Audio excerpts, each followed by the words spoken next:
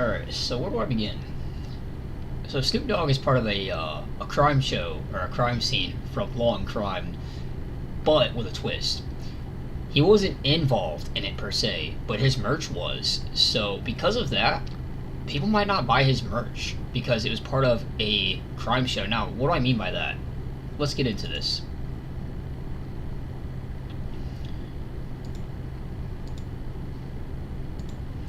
So,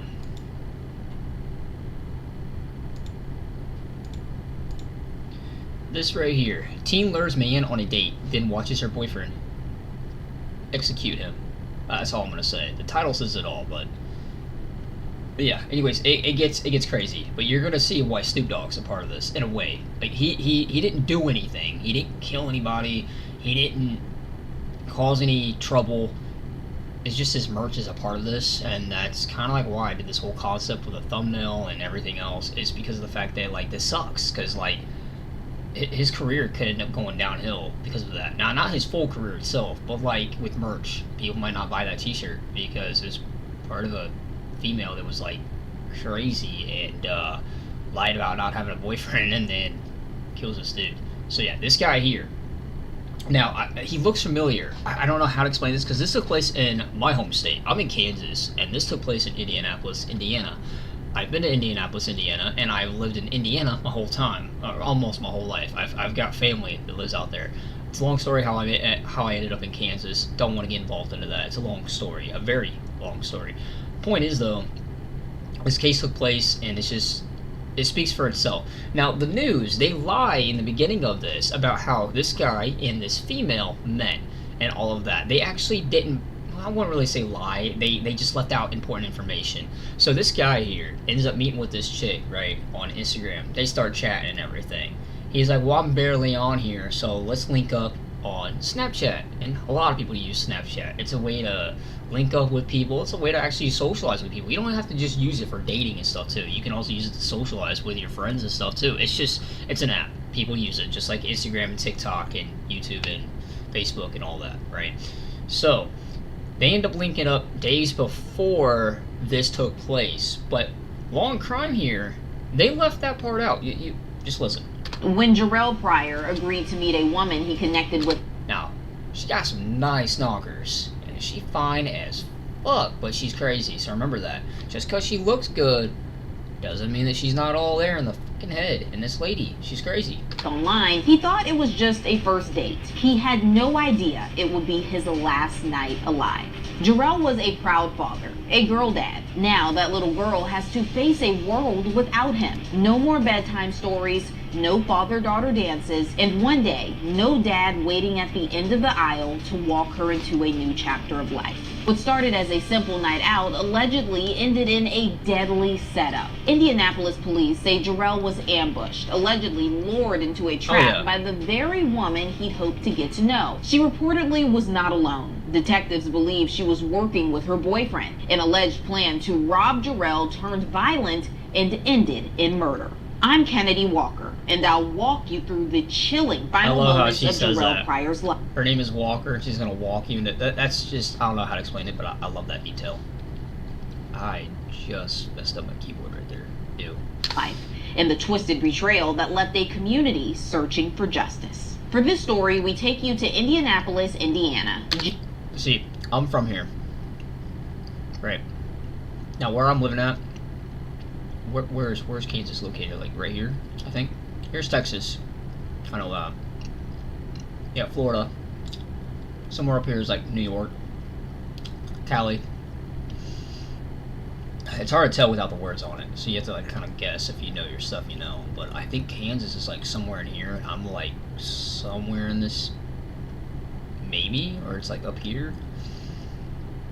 I don't know. January 2025. According to court documents obtained by Law and Crime, Jarrell Pryor's murder began with a text and ended with an alleged deadly setup. Just hours before he was killed, police say Jarrell messaged a young woman he'd met online. This is what I meant by Snoop Dogg's career and all of that, right, in the beginning of the video. She's wearing a Snoop Dogg t-shirt, and she's out here committing crimes, taking people's lives. Snoop Dogg, he's all gangster and shit. and makes great music. He's a talented artist, and I'm a big fan. Who isn't? It's Snoop Dogg, right? But what she did was just absolutely messed up. And it just, you're gonna wear somebody's merch like that and then go and do something that stupid. Don't get me wrong, she's fine as fuck body-wise and all that. But personality-wise, well, she's crazy. So, I wouldn't touch that with a 10-inch pole. I meant to say 10-foot pole, not 10-inch. 10-foot pole. Sorry, rephrase that. I wouldn't touch her with a 10-foot pole. Let alone I wouldn't even touch her with somebody else's or mine. She's just, no, she's crazy. 17-year-old Alexis Hawkins. The message was just 3 words: when you free. The affidavit says Hawkins responded. She told him when she was available and agreed to go on a date. But now they're making him sound thirsty. That's not the case. No, dude's just trying to find himself a girl. He's a single dad, looking for his +1, you know, a woman that'll eventually become his wife, and, you know, the whole with happily ever after sort of thing, you know, y'all having jobs, y'all living together, you know, that sort of thing. Something that I actually want one day. Don't have that. 28, no kids, I'm living alone. Does it bother me any? No, not really. But, you know, having that +1 on the side to actually spend your life with, that's what matters. To some people. To me it does. Anyways, so she's crazy. That's all I gotta say. She's crazy. Here's where the story takes a dark turn. While she was allegedly texting Jarrell, Hawkins was reportedly messaging someone else on Instagram. Her boyfriend. Yep. 18-year-old Brian Winston Jr. Investigators say Hawkins was working. Now, I'm not gonna lie. In this picture, when I looked at it earlier, you know, I said, like, checking this out. She got a nice ass.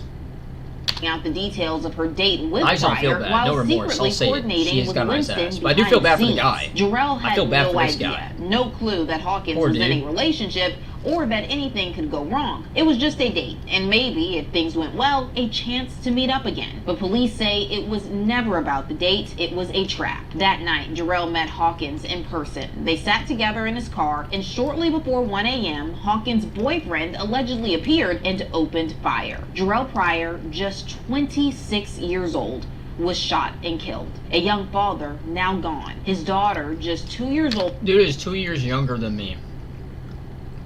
But he's a dad. Keyword was a dad. And that's... people like this are stupid. Alright. Now, I don't care what anybody else says in the world. Here's what I gotta say. If I don't like you, there is a specific reason why I don't like you. It's probably because you give me bad vibes. And if I don't like you, then just clearly go fuck off. You know, go fuck yourself. You know, I really don't give a shit. Like, if you don't like me, go fuck yourself. And if you see this and you see me in Kansas and you don't like me, go fuck yourself. Alright? If you don't like me, go fuck yourself. My content isn't for everybody. Alright? I'm tired of this world and its messed up population with its bullshit. All these fucking crimes going on and all this stupid shit. I mean, like, clearly, I'm not afraid to die. That's me. I don't really care if I die tomorrow, if I die the next day after that. I really don't care. Here's why I don't care. You only got one life to fucking live.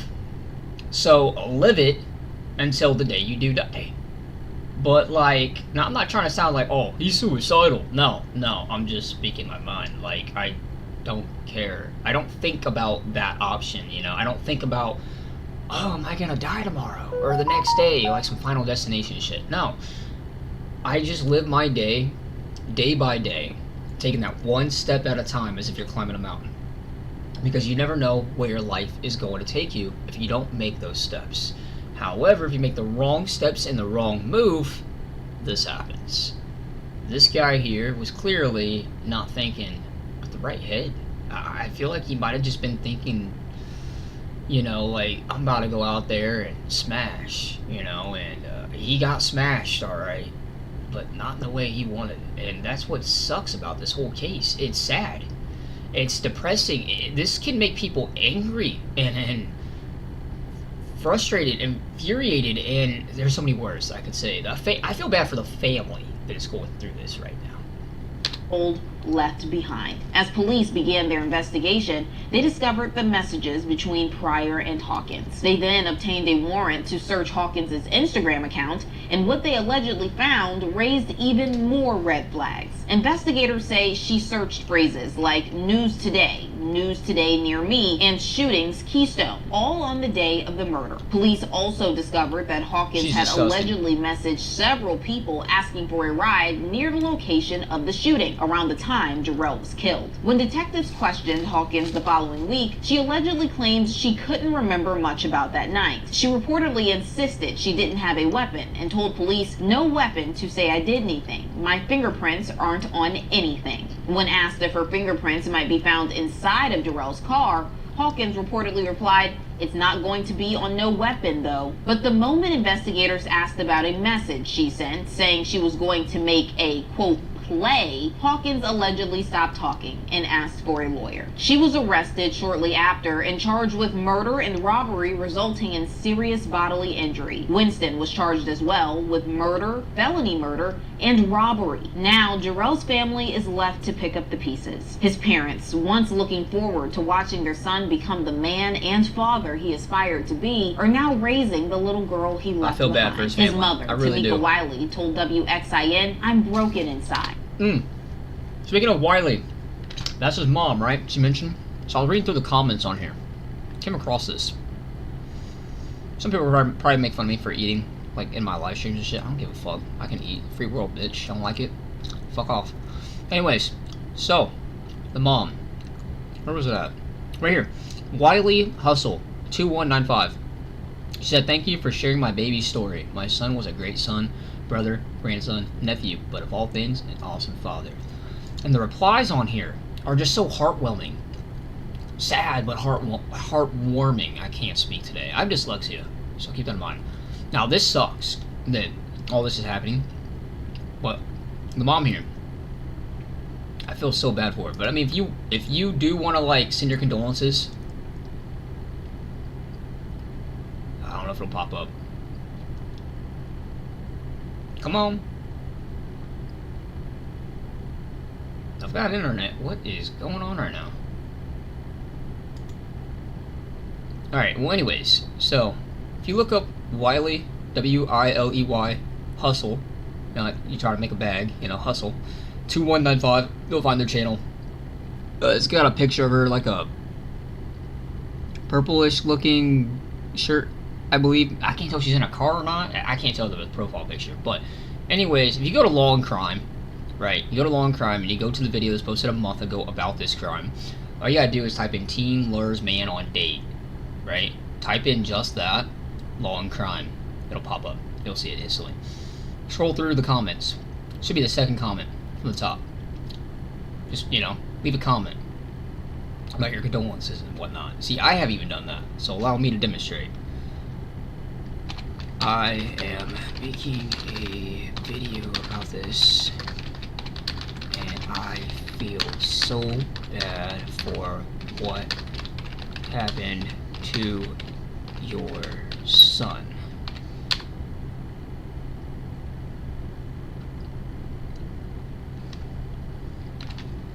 Come to think of it, I think I know our boy too. But see, here's the thing. This happened in Indianapolis, Indiana. And like I said, I've been to Indianapolis, Indiana. I could have sworn I met him at a job once. I can't remember where. But her son looks so familiar, like I have ran into him somewhere before I came out here.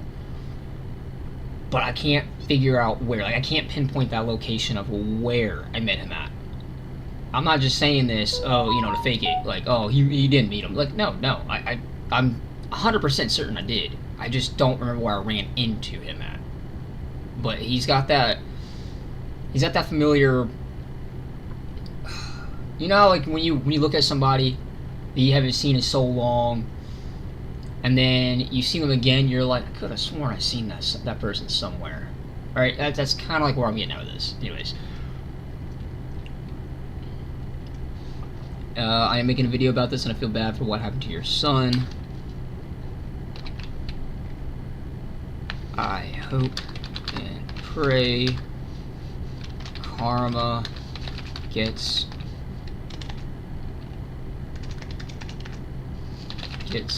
these two rejects that killed your boy.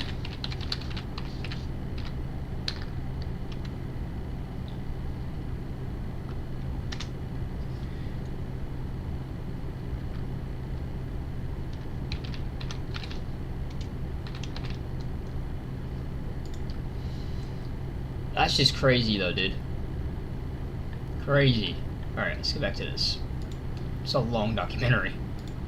And just weeks ago, Jarrell's parents celebrated their granddaughter's 3rd birthday, a milestone that should have been filled with joy, laughter, and her father's love. Instead, it was a day marked by absence. No Jarrell, no hugs from Dad, just a little girl too young to understand why her dad never came home. Justice may come in a courtroom, but for this family, the real sentence is living without Jarrell. And joining me to talk more about this is legal expert Andy Baldwin. Andy, thank you so much for joining me today. Let's just jump right in. How does a case like this typically move through the Indiana legal system once charges are filed? Well, the first thing that's going to happen is these 2 defendants are going to have to get lawyers. And so there's going to be an initial hearing very quickly, and the judge is going to find out, what are you guys doing about lawyers? And then the real work begins, and because in a case like this, Eve to me is basically freedom. It's today's sponsor, Eve, apparently. You can do Get out of here. I think you really need to get some quick action with your lawyers and figuring out what you're going to do. A lot of times, in my world, you have some time that was a cute dog. To kind of dig into the facts, dig into the evidence, and see exactly what the state has. But in a case like this, when you have 2 people... Yeah, how do I put this? How does somebody this fine, do something this stupid to ruin their own career and put themselves behind bars? Like, whose thought was it, though? Was it hers, or was it her boyfriend that she was hiding from? What was his name, Jerome, or something like that? I'm really bad with names. But, if that is the case,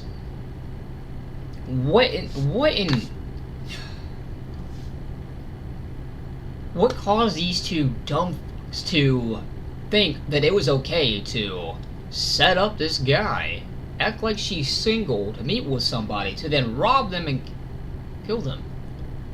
She also knew that he had a child, and she didn't give a fuck. See, not all women are the same. Juice WRLD has music out there that says all bitches are the same, or all women are the same, or whatever. No, not all of them are. I came across a woman that is about as fine as her. And some people are going to be like, well, you're racist for saying that. She's black. And she's cute as fuck, and I love the hell out of her. She's also my best friend. But I would never jeopardize her and her relationships, marriages, that sort of thing, like this bitch did. But, you know, like, that's my best friend. I'd do anything for her. Not this bitch, clearly, is not my best friend. But I have a friend that is, like, more fine than her. And she don't even do this stupid shit. That are co-defendants. Stupid. You may need to go to the Fucking prosecutor to stupid. get that deal first if you are, in fact, guilty. And what are the first steps that prosecutors take after an arrest in a homicide case? What do you think they're doing right now behind the scenes? Oh, you know, prosecutors, once the charge is filed, they really just depend on their detectives and their investigators to take the lead role. I feel bad for anybody that slept with her. Evidence, and God they'll be damn, communicating. The prosecutor will be communicating with the... Well, technically, they're not stupid if they didn't know that she was a bad person. So I retract that statement. But I feel bad for all the people that have slept with her, because she's clearly mental. Detectives, and saying, hey, maybe I want you to go get a geo-tracking off of one of the cell phones to make sure where they are, things like that. But these are one of the they actually put her Facebook out there. Pretty well known throughout Indianapolis is a very good homicide detective. Bitch is ruined. Probably doing a good job on Karma's a figuring bitch. out what needs to be done. That's what you get, you dumb And cunt. can you walk us through just how police build a case using Sorry, digital YouTube, for all the, communications like text foul and language. DMs via social media? Because I know that Guys was don't tolerate crucial in this this shit. case, according to court documents. Yeah, it's usually bad news for defense lawyers nowadays, because it's the phone that you carry around contains geo-tracking information. So if they want to know where you were at certain times, they can locate that. So that's a problem. Texting is a real problem because it gives a context of what might have been going on. So in this case, I can tell you what the detectives very quickly sent letters to Google and to Meta saying, preserve the evidence. We need the evidence preserved. But on top of that, while they're preserving that evidence, they're getting search warrants for the phone. So Alexis, who's one of the defendants, they have her phone. Brian Winston, the other defendant, he tried to break his phone, according to the probable cause affidavit at least. And whether he was successful or not, we don't know yet. But they're going to get search warrant for those phones, so they do everything right. And then they're going to start going and digging through the Instagram and Snapchat and all the other things, direct messages from Facebook, and see if they can tell the story. If the investigation can point toward one or both of them more definitively than currently. Now, both suspects, they were charged with murder, and I think Brian was the one that was charged with felony murder. What's the legal difference between murder and felony murder under Indiana law?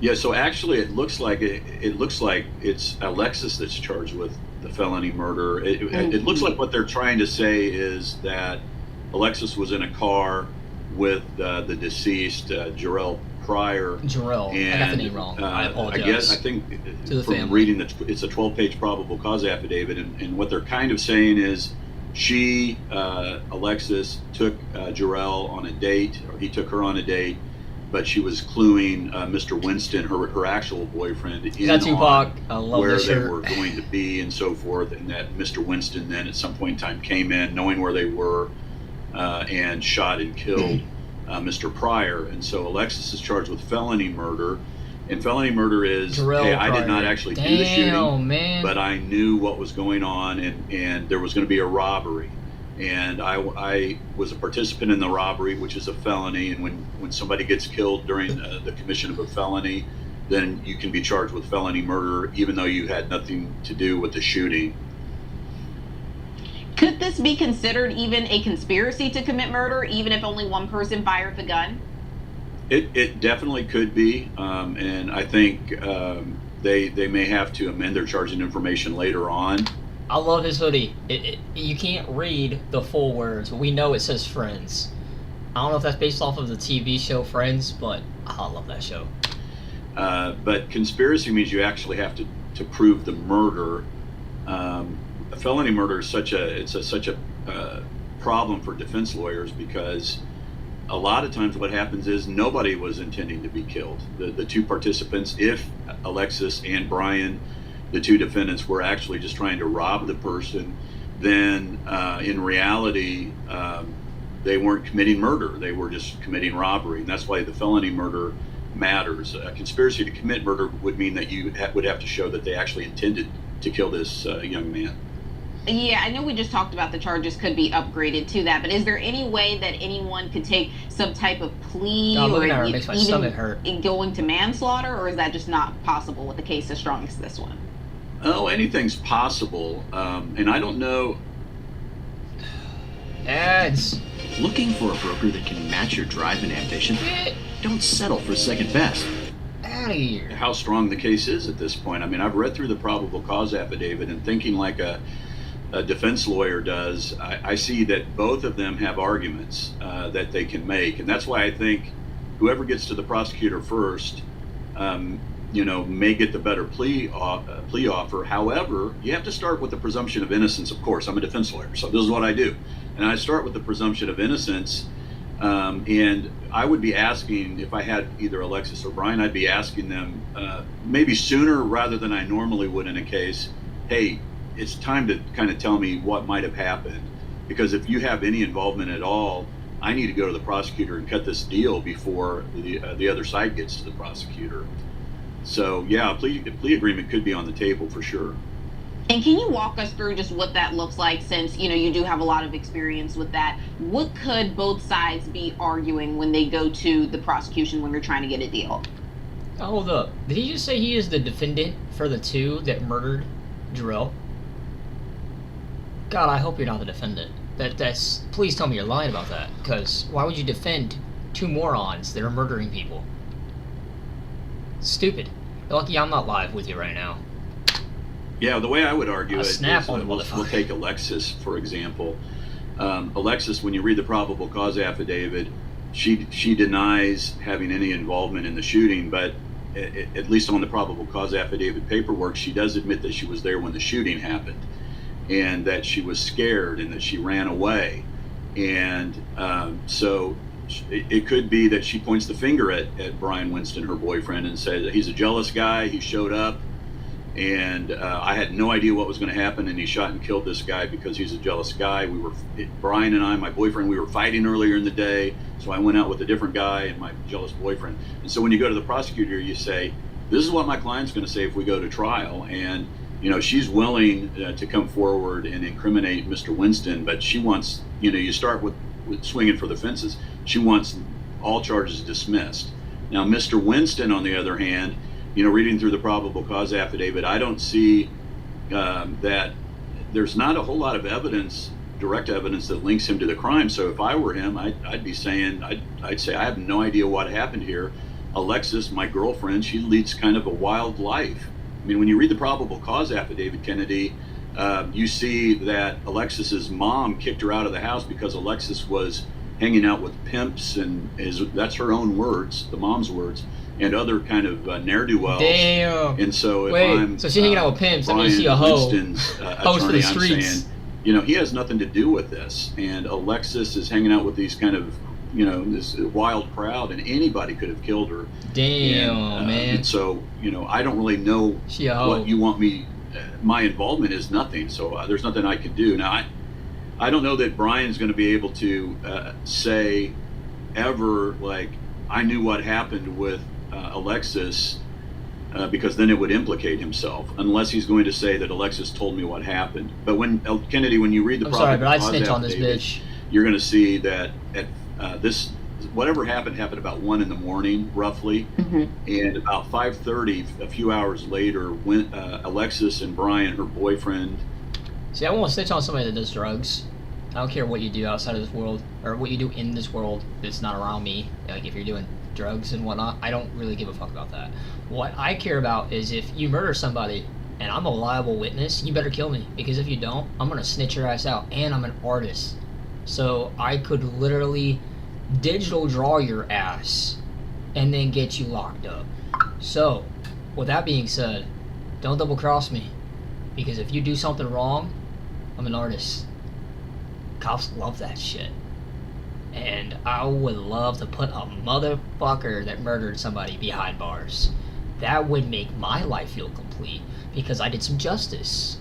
So yeah, I'm not afraid of anybody on this planet. I could care less who you are. You don't scare me. I'm sorry, but nobody scares me on this planet. Not unless you're my dad or you're God himself. Are communicating on by text, and they're saying, I love you, I'm sorry, but they don't talk anything about shooting or a shooting or a killing or anything like that. So it just seems like a boyfriend and a girlfriend that were in a fight. And if you're batshit crazy and you hold a gun to my face, I promise you I'm going to tell you to shoot me. I'm going to be psychologically crazy during that moment. And I'm like, hey, you got 2 options. Either you shoot me or you don't.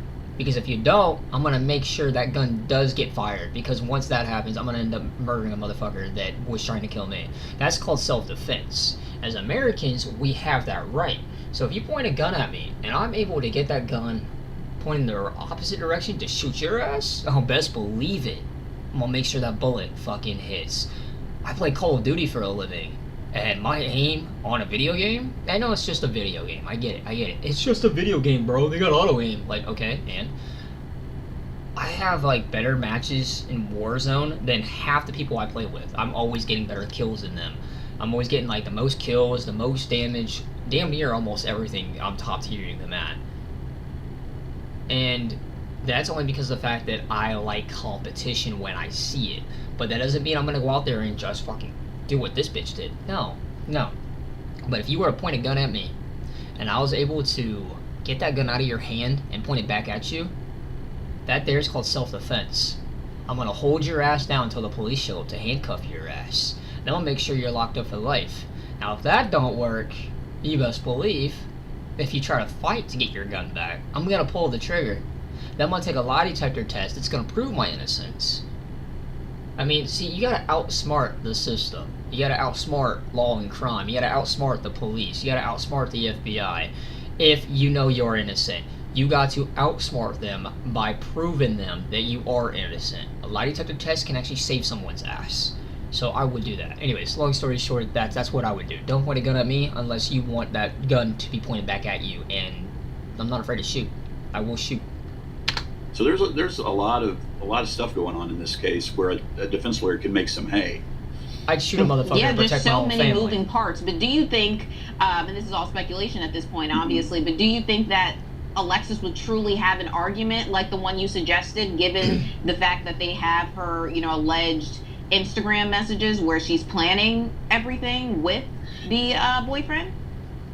It's a little unclear, honestly, when you read it. You can interpret things the way that you want. And by the way, I mean, just because she looks like she's wanting to rob somebody doesn't mean it was with it. In the probable cause affidavit, here it is. There, she does send like what I would say a really bad text out about hitting a lick, or the phrase "hitting a lick" is street slang for I'm going to rob somebody and take some of their stuff. And she talks about hitting a lick, and that's pretty bad. But it doesn't mean that it was with Brian Winston. I mean, if she's hanging out with lots of bad people, she could have been hitting a lick with anybody. And True. So there's another wrinkle on this case as well. And I don't see Brian and Alexis being boyfriend and girlfriend too much longer. I will tell you that much. I mean, I think somebody's going to have to turn on the other here shortly, and they'd probably be wise to do that, unless they are absolutely not guilty. But there seems to be too much evidence to support that theory. Right. I don't see them separating. Here's why. Think about it like this. Joker and Harley Quinn. They're both crazy, and they both kill people. And they laugh about it. I can see this Brian, or whatever the fucking dude's name is, and Alexis, I can see the relationship just still standing. Because I feel like they're in love, but they're crazy. To do anything for each other. That's a crime. Right, I'd be surprised if they're still boyfriend and girlfriend, given the fact that they're both sitting in jail right now. I feel like that's pretty hard to maintain a relationship while that's going on. But you would be surprised. You'd be surprised. People have sex in prison. I mean, what you talking about? You can't stop sex in relationships. I'm sorry, you can't. That shit goes on in the world. You can't stop right. that. Yeah, you know what? Y'all You're crazy. Absolutely right. Anything is possible. Well, both suspects were charged with robbery resulting in serious bodily injury. Can you explain what that means in this context? Yeah, it's not very complicated. It is kind of what it says that it is. When you are committing a robbery and you hit somebody with the butt of a gun, or you shoot them, and Indiana has a definition for serious bodily injury, if they meet the definition, the person that's hit or shot, it meets that definition by their injuries, then you would be charged with robbery causing serious bodily injury in the course of that robbery. Indiana isn't the only place that does this either. I'm sure other states do too. But another country that doesn't like this is I'm trying to remember what country it is. I can't remember the name of the country, but it's where Chris Brown's at right now, in the Tristan Tate and his brother Andrew Tate, I think that's their names, where they're at right now. I forget what country that is. But the country that they're currently in, Chris Brown's being charged for a bodily injury that he did to somebody with a glass bottle. Not even a gun. It was a glass bottle from a bar. This happened I think they said back in 2013, 2014, somewhere around there. Chris Brown was charged for bodily injury, but he left that country knowing what he did, and then he still returns. Why would you return back to the scene of the crime where it took place? Or because his concert tour, his last performance was at that bar where that incident took place years ago, and the person that he hurt was still in that country, and thus they filed charges, and now he can't leave that country. Chris Brown screwed himself over. Don't be like Chris Brown. Don't screw yourself over. And it's prosecutors are going to throw everything against the wall typically and see what sticks, because they don't know how the thing's going to shake out ultimately. And we just spoke about the possibility of one of the suspects taking a deal, but is it possible that only one of the suspects could be convicted while the other one is just acquitted? Yeah, that sometimes that happens. Sometimes what happens, you will, as a lawyer, you go in and you get the deal first because typically you're going to get the better deal. But I've seen it happen before where the person goes in, gets the deal, testifies against the co-defendant, and then the co-defendant walks. Or the case falls apart and the prosecution offers a better deal than the first person. And so then the lawyer feels kind of bad about that, like maybe I should have not pled that thing out. So there's a lot of strategy on the defense side right now. Whoever they hire, whatever public defender they end up with, those people right at the beginning of a case like this, it's very crucial to plan it out in a smart way. How does intent factor into a case where one suspect, allegedly lured the victim and another one allegedly pulled the trigger? But because in the felony murder law of Indiana, it doesn't matter who pulls the trigger. It just doesn't. And so you better not have been a participant in the robbery. And that's why I think she's going to have to go with, if everything kind of shakes out, she's going to have to go with, if there's evidence, for example, that Brian, her boyfriend, showed up, there's geo-tracking on his phone that shows that, then she's going to have to say, this came out of nowhere. I mean, this guy's jealous, he's angry, he came in and shot and I left. And then when I told him later in the morning, when I told my boyfriend at 4:30 or 5:30 in the morning that I loved him, that's because I'm scared. I don't want him to think. Those are the kind of things that she's going to have to say in order to not be implicated in the robbery. Yep. But then again, like you said, Kennedy, there's text messages and internet evidence that she's planning to hit a lick or to rob somebody, and so that becomes very difficult. Then you're going to say, well, that's not the robbery I was talking about, it was a different robbery. And boy, once you start slicing that onion down, it's not very good usually for the client. How do courts authenticate that type of digital evidence, like those Instagram DMs and the Google search history? That's a great question, and we defense lawyers are always battling to cause a judge to maybe throw out that evidence, but it's really not that complicated. You get Google involved, there's a business record, they prepare, they send it to the prosecutor, they send it to you, and there's really not a whole lot you can do about it. You can question who was on the device at the time that and maybe it wasn't my client that sent that stuff out, it was her sister or something like that, or a neighbor, but the authentication process is actually not that complicated. Now, both suspects, they are teenagers. Does their age impact how they'll be tried in Indiana? Are judges or juries more lenient when it comes to young defendants in violent crimes? It's a great question, and I think in today's world it matters less and less about the age. Once you hit 18, I think juries, they just want to see the facts, and they want to see, did the state prove its case beyond a reasonable doubt. Judges at sentencing time, it may have impact on them in terms of whether or not they're going to be a little bit more lenient on a sentence should there be a conviction. And I'd say if anybody's going to care about the age, it might be the prosecutor. The prosecutor might, if it's a close call on whether to pull the trigger on a plea agreement, the prosecutor's looking at the case, or maybe we might lose this case. Some of the facts may not go down the right way, so it's a young person and they can start to psychologically think maybe we can give this person a little bit of a break, and it could have some impact on the prosecutor's decision in terms of a plea. And the prosecutors, they are trying to prove, a setup. What evidence matters the most? Atera is the IT painkiller. Remote monitoring and management, remote access, help desk and ticketing, smart. I'd say that internet texting evidence, geo-tracking evidence, I think that's going to matter. I think if the one of them turns on the other, that's obviously going to matter. But that texting evidence and the evidence off of the phone is just devastating to so many defendants. It's like I want to tell people, if you're going to get into the life of crime, just get rid of your phone. It's going to be a lot easier. But then you also have to worry about video and so forth. They did find one video on this case at a liquor store and that potentially showed Alexis in the vehicle with Mr. Pryor, who was the person that was killed. But Mr. Winston, her boyfriend, was not in that video. But we don't know if there was flock video of the car leaving. Dude could have been in the backseat the whole anywhere time. else. So Laying down. There's still more to come, I'm sure.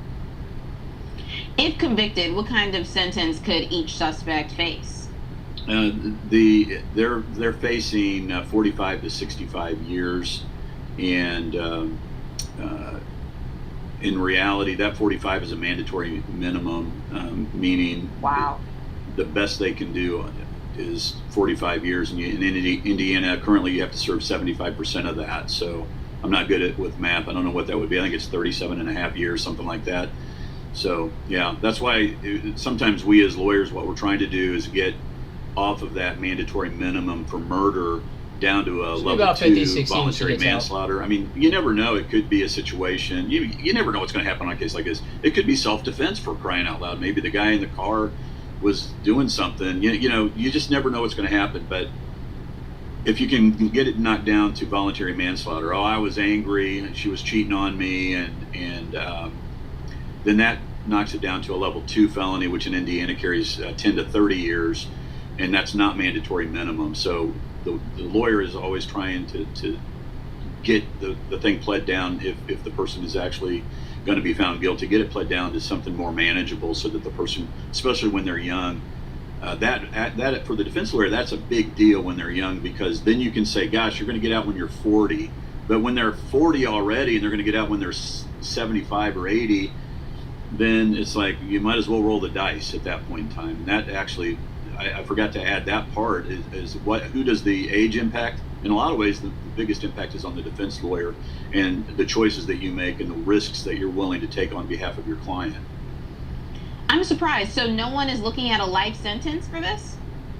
They're not in Indiana. There's 2 above murder. You can file for what we say is LWOP, or life without possibility of parole, or the death penalty. And the death penalty doesn't seem to apply here, but LWOP could apply, and potentially, if the prosecutor wanted to pursue that. It just never happens. The range of penalties for murder is so severe that there's really not. And for most people, it is a life. It is a life without possibility of parole. Could the victim's family pursue a civil case in addition to a criminal trial? Sure, they could. Normally, that doesn't happen just because they don't have any money, and but it does happen on occasion, but not typically. Lastly, what role does public interest or media attention play in how prosecutors handle this case? There's no way for this to get tossed out of the city, right, because of the media attention? Not anymore.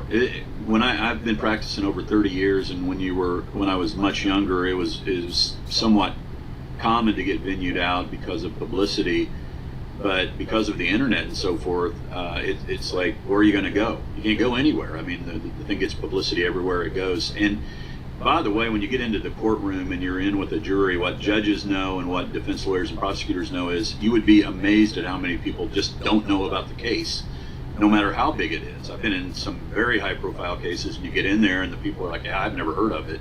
And we're all just shocked at that.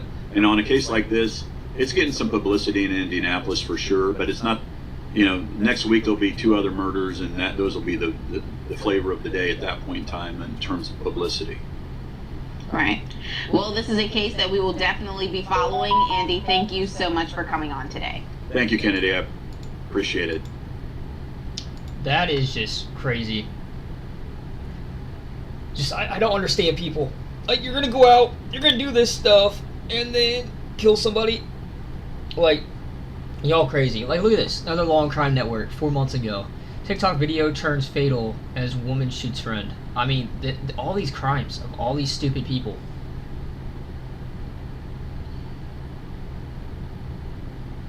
And this is all just mind. It's crazy. Florida teen brutally murdered over Yeezy sneakers. I mean, what? What does this world come to? Teen killer realizes their victim is still alive, and it has it in words right here with a question mark. He's alive? Like, no shit. and then somebody will blame their evil twin. I mean, what the case is just mind blown, dude.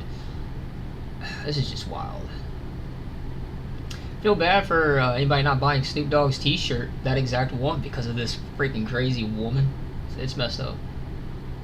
Anyways, rest in peace to it was Jarrell Breyer, and I hope they get karma. And the other two, Alexis and that Brian dude, the boyfriend of that 19-year-old. I think they said she was 19.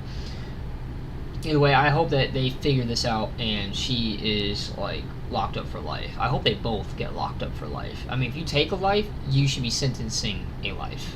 Just common sense. But you know, these laws in all these states in the United States sucks ass. I mean, it's stupid. I literally can't stand the fact that I am considered a American of the United States. I feel like shit being a part of this country. This country, I'm sorry, but this country is dog shit. United States of America is dog shit. And I'll say that repeatedly, because it is. Because we got stupid people doing stupid shit like this. And then like they just said, like that guy just said, that defendant of the two that murdered